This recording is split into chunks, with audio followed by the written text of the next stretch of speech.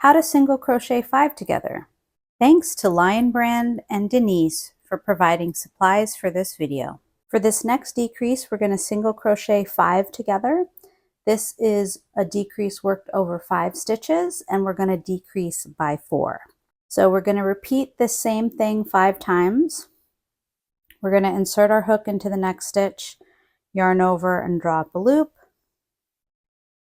Insert our hook into the next stitch, yarn over and draw up a loop. Insert our hook into the next stitch, yarn over and draw up a loop. Insert our hook into the next stitch, yarn over and draw up a loop. And insert our hook into the next stitch, yarn over and draw up a loop. We should now have 6 loops on our hook. We're going to yarn over and draw through all 6.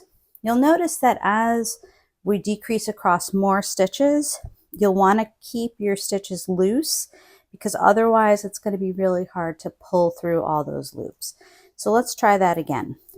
Insert your hook into the next stitch, yarn over and draw up a loop, and you're going to repeat that for a total of 5 times. So that's the first time. So insert our hook, yarn over and draw up a loop. That's the second time. Insert our hook, yarn over and draw up a loop. That's the third time. Insert our hook, yarn over and draw up a loop. That's the 4th time.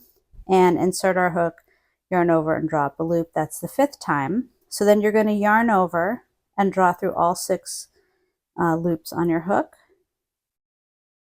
And that's a single crochet 5 together. I hope you've enjoyed this video. Have a great day.